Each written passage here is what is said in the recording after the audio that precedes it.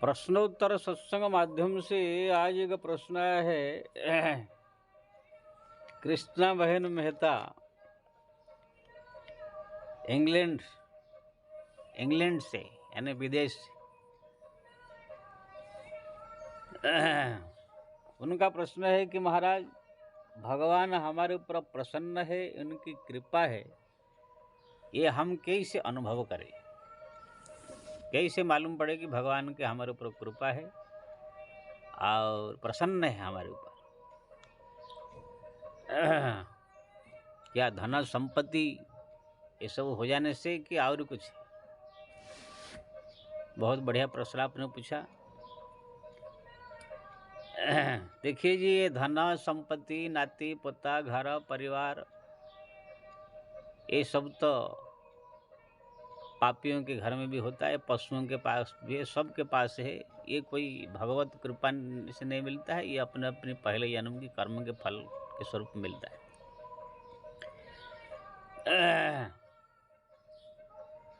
इसके घर में अगर पुत्र हो जाए तो भगवान की कृपा, या पुत्री हो जाए तो भगवान की कृपा, नाती हो जाए तो भगवान की कृपा। ये सब भगवान की कृपा नहीं है, आपका पहले जन्म का कर्म के अनुसार ये सब फल मिलता है। किसके पास धन आ जाने से भगवान की कृपा ऐसे नहीं होता है। आपका पहले जन्म के जैसे कर्म है उसी के अनुसार आपको धनी गरीब बनना पड़ता है। लेकिन लोग समझ लेते हैं हमारा बिल्डिंग हो गया, फ्लैट हो गया, हमारा नाती पोता हो गया, हमारा जो है ये हो गया तो भगवान की कृपा, ऐसे लोग भ्रम में ऐसे मान लेते हैं। लेकिन बड़े बड़े महापापी होते हैं, उन लोग के पास ही बड़े बड़े बिल्डिंग आपको देखने मिलेगा, बड़े बड़े नौकरी वो लोग कर रहे हैं, बड़े बड़े अच्छी कमाई है, उनके पास भी घर परिवार बहुत है। हमारा कितने मुस्लिम जो लोग हैं उनके पास एक से एक बिल्डिंग है, एक से एक बिजनेस है, कम से कम एक एक आदमी के चार चार पत्नी है, 25-25 बच्चे हैं, ऐसा आपको देखने को मिलेंगे। और लोग कोई धर्म का पालन कुछ करते नहीं हैं। मटन मच्छी खाते हैं, गाय भी खाते हैं, शराब भी पीते हैं, सब करते हैं, लेकिन सबको धन संपत्ति भरा हुआ है। ऐसे बहुत आपको मिलेगा दुनिया में। तो ये सब भगवान की कृपा नहीं है। भगवत कृपा उसी को माना जाता है कि भगवान हमारे ऊपर कृपा कर दिए हैं, भगवान हमारे ऊपर प्रसन्न हो गए हैं। ये तब माना जाएगा जब आपके जीवन में भगवान के भक्ति करने की, नाम जप करने की रुचि जगाने वाला कोई संत आ जाए और आपका मन भगवान के नाम जप में रुचि जगा दे। भगवान का जो है धामों का, तीर्थों का दर्शन करने की आपके मन में रुचि जग जाए और आपको दर्शन करा दे। भगवान के सुंदर स्वरूप का चिंतन करने की रुचि आपके मन में जगा दे। आपके मन में जग जाए भगवान का नाम रूप के चिंतन की, भगवान की लीला, जो भगवान की सुंदर सुंदर जो सब प्रसंग है वो सब में आपको जो है सुनने की रुचि जग जावे या कोई जगा देवे। ऐसे कोई संत महापुरुष का जब जीवन में मुलाकात होता है, अब व्यक्ति इसी प्रकार की जो है उनके साथ में मिलकर भगवान के नाम में जप में रुचि हो जाए, भगवान के धाम तीर्थ करने में रुचि हो जाए, भगवान के पूजा पाठ करने में रुचि हो जाए, भगवान के स्मरण चिंतन में रुचि हो जाए, अनवरत नाम जप करने की जब रुचि जग जाए तो समझ लो ऐसे संत का मुलाकात होना और ऐसी प्रकार के मन में रुचि जग जाना ही ये भगवान की बहुत बड़ी कृपा है। हमारे ऊपर भगवान बहुत प्रसन्न है, इसीलिए जो है इसी प्रकार की संयोग हमको मिला। कोई ऐसे संत मिले जो हमको भगवान का नाम में रुचि जगा दिया, धाम तीर्थ करने में रुचि जगा, भगवान का पूजा पाठ भक्ति करने में रुचि जगा। इसका मतलब भगवान हमारे ऊपर कृपा कर दिए हैं, प्रसन्न है, इसलिए ये संयोग आया। अब मैं नहीं कह रहा हूँ, तुलसीदास जी कह रहे हैं, समस्त शास्त्र ये कहता है, संत विशुद्ध मिलहि पर तेहि, राम कृपा करी चित बाजे ही। भगवान राम जिसके ऊपर कृपा कर देते हैं, भगवान जिसके ऊपर कृपा दृष्टि कर देते हैं, उनके पास में कोई एक ऐसे संत से मुलाकात करा देते हैं जो संत भगवान के भजन पूजा पाठ जप तप भक्ति धाम तीर्थ नाम जप में रुचि रखने वाला, ऐसे कोई भक्ति वाला संत से भगवान उसका मुलाकात करा देते हैं, उनसे परिचित करा देते हैं, उनसे संबंध जुड़ जाती है। तो वो व्यक्ति का भी मन में भक्ति, भजन, पूजा पाठ, जप तप, धाम, तीर्थ, लीला कथाओं के प्रति रुचि जग जाएगा। तो यही सबसे बड़ा ये लक्षण है भगवान का, कृपा हमारे ऊपर है, इसीलिए कोई संत हमको मिले हैं और हमारे मन में भगवान के प्रति नाम रुचि जग रही है, भक्ति रुचि जग रही है, धाम तीर्थ करने रुचि जग रही है और उनका सुंदर स्वरूप का चिंतन करने की रुचि जग रही है। यही सबसे बड़ी भगवान का प्रसन्नता है, ऐसे समझ जाना चाहिए। बाकी बहुत ऐसे संत साधु महात्मा मिलेंगे, बहुत से ऐसे संसार में प्रसंग ऐसे मिलेंगे, कोई आपको ऐसे संत भगा कर ले जाएगा, आपको आश्रम का कोई काम में लगा देगा, ये मिट्टी ढो, पत्थर ढो, ये आश्रम संभालो, सब्जी बाजार से लाओ। ऐसे बहुत सारे लोग को जो है मैं देखा, बड़े बड़े हमारे आश्रम में, अयोध्या वृंदावन में भी सब गए हैं, लोग को जाते हैं, साधु संत से मुलाकात करते हैं, संत मिलते हैं, लेकिन वहाँ जाने के बाद जो है गए थे तो भक्ति करने के लिए, लेकिन वहाँ पर आश्रम में जो है कुछ ऐसे काम में लगा देते हैं, या तो गाय चराने में, या तो साग सब्जी बाजार का सामान सब खरीद लाने में, कुछ ऐसे काम में लगा देते हैं। वो बेचारा उसी में ही परेशान रहता है, ना नाम जप, ना भगवान का कथा, ना लीला, ना चिंतन, ना भजन, कुछ नहीं। ऐसे मैं देखा हूँ हमारे साधु संत के बीच में। ऋषिकेश में मैं एक संत को कम से कम आज से 30 साल पहले से जानता हूँ। 30 साल पहले वो संत बनने के लिए आए थे। अभी मैं गया था मात्र 8 महीना पहले, बीच बीच में जाता रहता हूँ। उनको जब भी देखता हूँ बस खाली उनको जो गौशाला है, गाय देखभाल करने के लिए उसको लगा दिया गया, वो गाय चराते रहते हैं। हाँ, उस गायों को जो है चारा खिलाते रहते हैं, दूध जो है दोहन करते रहते हैं, बाद से उसको जो है वही काम उनको दे दिया गया, गोबर उठाना, गाय देखभाल करना। उनके पास मैं बैठा, मैंने कहा 30 साल से आए हो, संत बने हो, कुछ राम नाम जपते हो, कुछ भगवान का भक्ति बढ़ा के नहीं? बोला महाराज कहाँ, ये सबसे फुर्सत नहीं है, राम राम कहाँ से जपूं। यानी गए थे वो हरि भजन करने के लिए। ठीक है, गौ माता की सेवा करना अच्छा है, ये एक धर्म है, पुण्य कार्य है गौ माता की सेवा करना, गौ माता की जो चारा खिलाना उनके करना, लेकिन गौ माता की सेवा से हमको मुक्ति नहीं मिलेगा। ये दुर्लभ मानव शरीर मिला है, हमको जो है संसार से उद्धार हो जाने चाहिए। ये संसार जो बार बार जन्म मरण चक्कर है, कभी कुत्ता, कभी गधा, कभी बिल्ली बन के हम सब ये संसार में भ्रमण कर रहे हैं कितने युगों से। अगर हम लोग कुछ यही पुण्य कार्य करके, दान धर्म करके, यही सब करके फिर अगली बार फिर जन्म लेंगे कोई अच्छा घर में, फिर वहाँ कुछ करेंगे, फिर तो यही करना है, फिर तो वही चक्कर में ही, यही 24 लाख 84 लाख चक्कर में ही पड़े रहेंगे आप। तो गौ माता की सेवा एक पुण्य कार्य है। गौ माता को चारा खिलाना, उनकी सेवा करना एक धर्म कार्य है, पुण्य कार्य है, लेकिन गौ की सेवा करने से हमको मुक्ति नहीं मिलेगा। हाँ, अगर गौ माता का आप सेवा कर रहे हैं, गौ माता से प्रार्थना करो मेरे को भगवान के चरण में भक्ति जगे, भगवान के प्रति मेरा श्रद्धा जगे, नाम जप में रुचि हो, तो गौ माता की सेवा करने से अगर उनकी कृपा होती भी हो जाता है, इस बात नहीं। लेकिन कौन मांगता है, जिसको लगा दिया गाय भैंस चराने के लिए, तो गोबर उठाने में उनको कौन, भक्ति से कोई मतलब ही नहीं।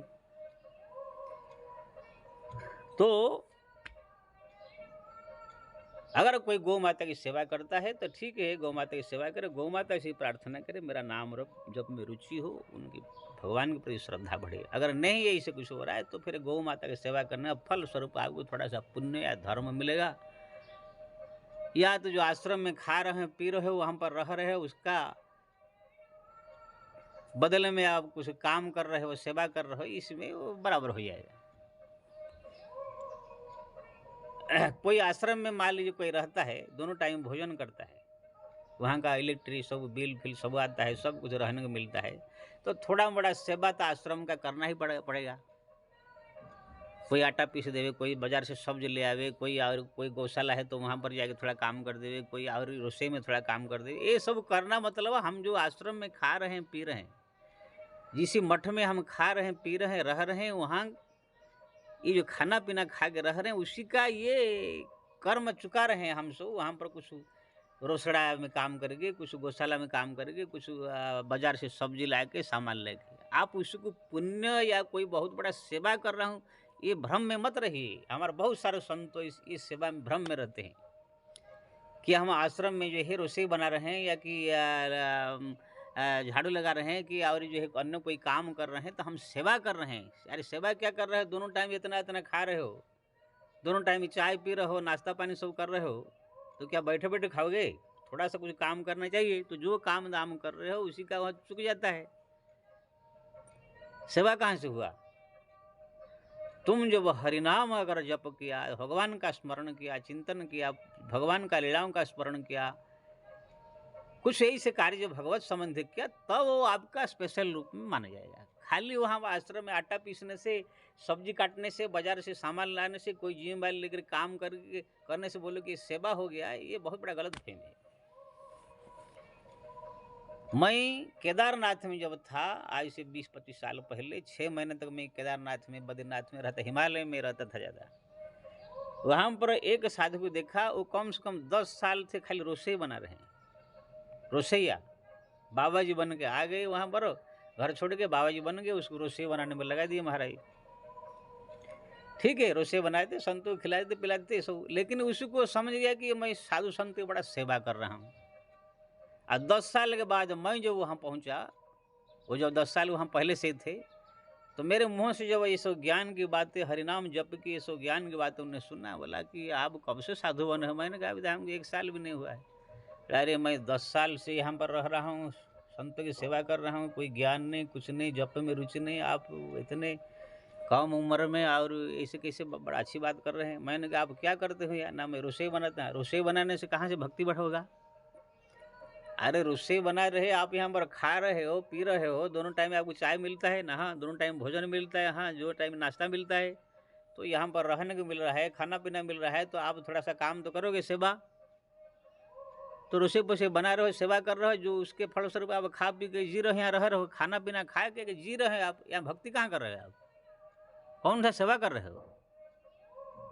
अरे जब आप भगवान का नाम जपोगे, भगवान का स्वरूप का चिंतन करोगे, उनका जो ध्यान करोगे, उनको प्रार्थना करोगे, स्मरण करोगे, ये सब करोगे, तब जा करके आप भक्ति किया कुछ करा माना जाएगा। ये जो रसोई पसे बना रहे या कोई काम कर रहे, तो खाना पीना खा कर रहे हो, उसका ये काम है। कहीं भी जाए तो कोई खाना पीना खिलाएगा तो फोकट में तो बैठ खिलाएगा नहीं। तब उसके दिमाग खुला, अरे महाराज मैं अभी तक तो यही सब काम को ही भगवान की सेवा, संतों की सेवा समझ के कर रहा था। तब उसका दिमाग खोला। उसके बाद जो है मैं जो वहाँ से 6 महीने के बाद केदारनाथ से निकला, तो मेरे साथ वो जो है आए, समस्त तीर्थों का भ्रमण किया और उनका रुचि ऐसे हरिनाम जप में हो गया। खाली 6 महीना मेरे साथ रहे, वो सत्संग उनके साथ करते थे, हम जो बैठे बैठे घूमते थे पूरा तीर्थ हो गया। अब भगवान का भजन में इतना रुचि हो गया कि लाख लाख 2-2 3-3 लाख नाम जप में हो गया। अब बताइए, नहीं अगर मैं उसको मिला होता तो वहाँ पर रसोई बनाते ही जिंदगी बीत जाती। ऐसे बहुत सारे हमारे संत साधु महात्मा घर द्वार छोड़ के आ गए, बाबा जी बन गए हैं। कोई कहाँ से मैनेजर बन गया किसी आश्रम में, कहाँ पर कोई रसोईया बन गया, कहाँ पर कोई क्या गौशाला में तो संभालने लग गया, कोई जो है क्या विभाग संभालने में लग गया। सोचते कि हम यही सब सेवा कर रहे हैं, लेकिन उनको ये ज्ञान नहीं है, कोई सेवा नहीं है। ये तो आप का खाना पीना खा के जो रह रहे हैं उसका उनका ये मजदूरी है। जब हरिनाम जप करोगे, हरिस्मरण करोगे, चिंतन भजन करोगे, तब जा करके इसका फलस्वरूप आपको जो है भक्ति हुआ माना जाए। तो कहने का मतलब ये है, ऐसे बहुत सारे लोग को जो है संत संगत मिलता है, लेकिन संत के पास जाने के बाद ही वहां पर कोई ऐसे काम धंधा में लग जाते हैं, वहां पर भक्ति का लवलेश मात्र नहीं रहता है। तो मैं जो कह रहा हूं, भगवान की कृपा हमारा हुआ, भगवान प्रसन्न है, कैसे संत मिलने से होगा? जो संत आपको भगवान के नाम की रुचि जगा देवे, जो आपके जिसके पास बैठने से आपको भगवान का भक्ति करने को रुचि जगे, नाम जप में रुचि जगे, आप तीर्थ धाम करने में, भगवान के कथाओं को, लीलाओं को स्मरण करने को, उनका चिंतन करने में रुचि जगे, और रुचि जगे नहीं करने लग जावे, तो समझ लो भगवान की कृपा से कोई महापुरुष संत जो है भगवान ने भेज दिया, प्रसन्न है हमारे ऊपर। नहीं तो ऐसे ऐसे लोग को मिल जाएंगे आपको। घर छोड़ आए थे हरिभजन को, औटने लगे कपास। एक बवाल घर संसार का छोड़ के आए, दूसरा बवाल पाल लिया। आजकल बहुत ऐसे सब कथाकार लोग घूम रहे हैं, मन भ्रमित करने वाले हैं। कोई बताता नहीं कि आप हरिनाम जपो मुक्ति मिलेगा, गति मिलेगा। ये सब न कह करके ये जो है बजरंग बली का ये मंत्र पढ़ लो, ये नारियल चढ़ा दो, ये चुनरी बांध दो, तुम्हारा टांग ठीक हो जाएगा, तुम्हारा धंधा चल जाएगा, तुम्हारा जो आंख ठीक हो जाएगा। ऐसे ऐसे कोई मिलेगा, तुम बेलपत्ता लेके शंकर जी में चढ़ा दो, ऐसे कर दो, तुम्हारा बच्चा हो जाएगा, तुम्हारा धंधा चल जाएगा, दिया जला दो। तो ऐसे यही सब बता बता करके लोगों को भक्ति से दूर करने वाले सब ऐसे ऐसे मायावी आ गए हैं। सब ऐसे ऐसे लोगों से दूर रहने का। अगर ऐसे लोगों से आप मुलाकात हो गया, समझ लो माया आपको भरमा करके जो है भगवान से दूर कर दिया। जो भगवान का नाम रुचि के बढ़ाने वाला संत है, वो समझ लो भगवान की कृपा से मिला है। जो माया की ओर भटकाने वाला है, समझ लो माया की कृपा से मिला है। इसलिए ये सबसे बड़ी सावधान रहनी चाहिए। लेकिन लोग को जो है समझ नहीं पाते हैं। यही सब जो है करने वालों को लोग जो समझते हैं कि मेरा मैं गया था, मेरा टांग ठीक हो गया, मेरा काम हो गया, बड़े संत सिद्ध आ गए। सिद्ध नहीं है, गिद्ध है सब भटकाने वाले। मेरे को किसी ने पूछा कि महाराज जो बागेश्वर स्वरध धाम वाले धीरेन्द्र शास्त्री है, उसको आप वो और उनके बागेश्वर धाम का कैसे देखते हैं? मैंने बोला जैसे आप पर हमारा बड़े बम्बे में आज बड़े बड़े हॉस्पिटल है, वहाँ पर बड़े बड़े डॉक्टर रहते हैं। जब आप उस हॉस्पिटल में पहुँच जाएंगे तो वहाँ पर 1000 मरीज जो है बैठे रहते हैं। डॉक्टर लोग बैठे रहते हैं, डॉक्टर से मिलने के लिए लाइन लगाते हैं। अब डॉक्टर लोग वहाँ पर जो है जब किसी का नंबर आ गया तो उसको देखते हैं, देख करके उसका ऑपरेशन करेंगे, क्या करेंगे इसका उसको बताते हैं दवाई के बारे में। वहाँ पर देखो हॉस्पिटल में खाली मरीज है। जो भी आएगा उसका टांग नहीं ठीक ठीक, आँख ठीक नहीं, किसी का कान नहीं, किसी का डायबिटीज है, किसी का ऑपरेशन है। सब आपको मिलेंगे हॉस्पिटल में, ज़्यादा नहीं। एक डॉक्टर है। ऐसे ही धीरेन्द्र शास्त्री जो बागेश्वर धाम है, वहाँ पर ऐसे ही है। बागेश्वर हनुमान जी बन गए डॉक्टर और बागेश्वर धाम बन गया हॉस्पिटल। वहाँ पर जो भी आदमी जाते हैं उनको पूछिए, लाखों आदमी जाते हैं, पूछिए क्या क्यों आए हो, तो कोई बोलेगा हमारा जो है टांग ठीक नहीं हो रहा है, हमारा लड़का का आंख ठीक नहीं हो रहा है, हमारा जो है पत्नी का बच्चा नहीं हो रहा है, हमारा जो है ये नहीं हो रहा है, ये नहीं हो रहा है। इसके लिए सब आए हैं। अब वहाँ पर वो बैठा है डॉक्टर, पता नहीं किसी का नंबर लगेगा कि नहीं लगेगा, पता नहीं किसी का ठीक होता है नहीं कि नहीं। अब डॉक्टर खाने में जाते हैं, डॉक्टर के पास भाई कोई ठीक हो जाए गारंटी है, डॉक्टर के पास मिलेंगे जुलेंगे दवाई बता देगा, ठीक हुआ तो हुआ, नहीं हुआ तो नहीं हुआ। ऐसे बैठ करके एक बवाल फैला कर रखें। ऐसे बहुत सारे आपको मिलेंगे। यानी कि एक डॉक्टर खाना, बागेश्वर धाम एक डॉक्टर खाना हॉस्पिटल है और हनुमान जी वहाँ के डॉक्टर है। ऐसे जो है हो गया है, अब कुछ नहीं है उसके अलावा। तो कहने का मतलब ये है, यहाँ पर भगवान की कृपा हो गया तब माना जाएगा जब कोई ऐसे संत मिले जो कि आपको नाम जप में रुचि बढ़ा देवे, भगवान की लीला कथा में रुचि बढ़ा देवे, धाम तीर्थ में रुचि बढ़ा देवे, धाम तीर्थ आपको दर्शन करा देवे, भगवान के सुंदर रूप का चिंतन करने में रुचि जगा देवे। ऐसे अगर कोई संत मिलेगा, समझ लो भगवान हमारे ऊपर कृपा किए हैं, इसीलिए हमको ऐसे मिले हैं। जब द्रवत दीन दयाल राघव तब इसी प्रकार की संत संगति पाई, जो संग कहा गया है। ऐसे संत मैंने अपने जीवन काल के अंदर 20-25 साल के अंदर 30 साल के अंदर जो है भारतवर्ष घूमा। मेरे को जो है 1-2 ऐसे संत मिले, कोई ज़्यादा नहीं मिला।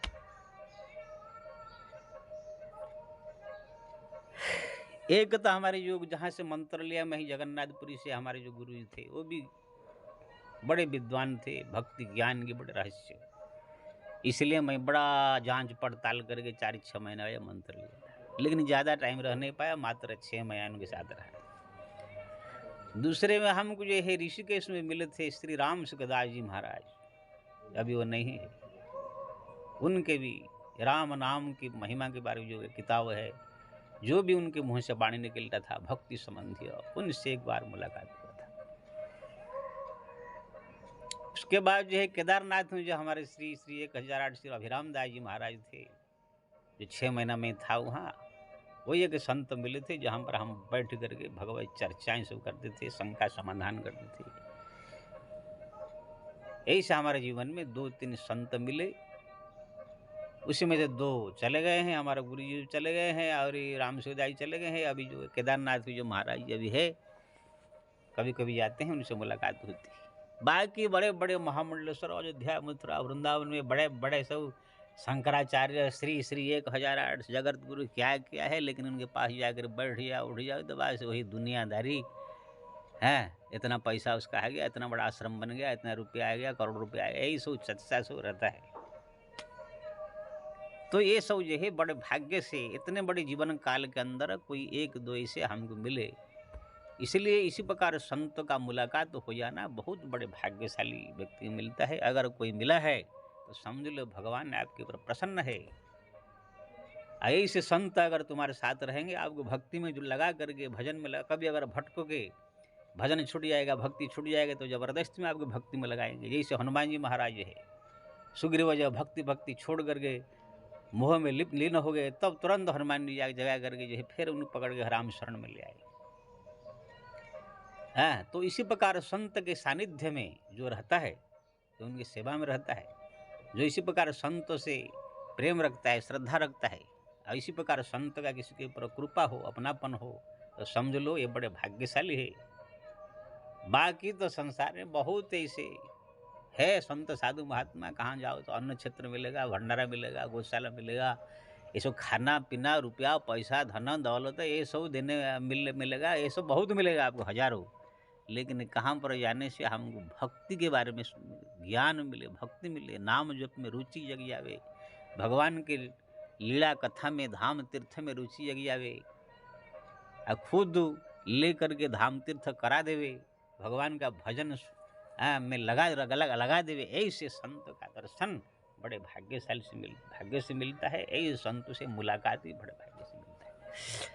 तो जी आपने जो पूछा कि भगवान का हमारे ऊपर कृपा है और प्रसन्न है, इसको हम कैसे जाने? तो आओ, बाकी संसार का कोई भी चीज आपको अगर प्राप्त हो गया, धन दौलत मान प्रतिष्ठा, ये सब कोई कृपा नहीं है। धन संपत्ति ये सब भी पापियों के घर, वही तुलसी, हाँ, हरि कथा और संत संगत तुलसी जगत में दुर्लभ दोई। तो जब कोई शुद्ध संत का दर्शन हो जाए, मुलाकात हो जाए, उनके सानिध्य प्राप्त हो जाए, वो हमारे प्रति उसका लगाव हो, प्रेम हो, परिचित हो, है, इसी प्रकार कोई संत से मुलाकात हो और हमको रुचि भगवान में नाम जप में लगा देवे, भगवान की भक्ति में लगा देवे, तो इसी प्रकार अगर कोई परिस्थिति आए तो समझ लो अब हम लोग लग गए हैं, नाम जप कर रहे हैं, धाम तीर्थ कर रहे हैं, भगवान का स्मरण चिंतन कर रहे हैं, ऐसे आपको लगे तो समझ लो आपके ऊपर भगवान की कृपा हो गया, भगवान आपके ऊपर प्रसन्न है। इसी कारण से आप भगवान का नाम जप रुचि है, नाम जप कर रहे हैं, धाम कर रहे हैं, तीर्थ कर रहे हैं, जप कर रहे हैं, तप कर रहे हैं, ये सब जो कर रहे हैं आप भगवान की कृपा है इसीलिए कर रहे हैं। नहीं तो ये माया इतना प्रबल है, कहाँ भटका करके आपको कहाँ पर भगा देगा, कोई ठिकाना नहीं है। अगर कर रहे हैं तो समझ लो भगवत कृपा है। जय श्री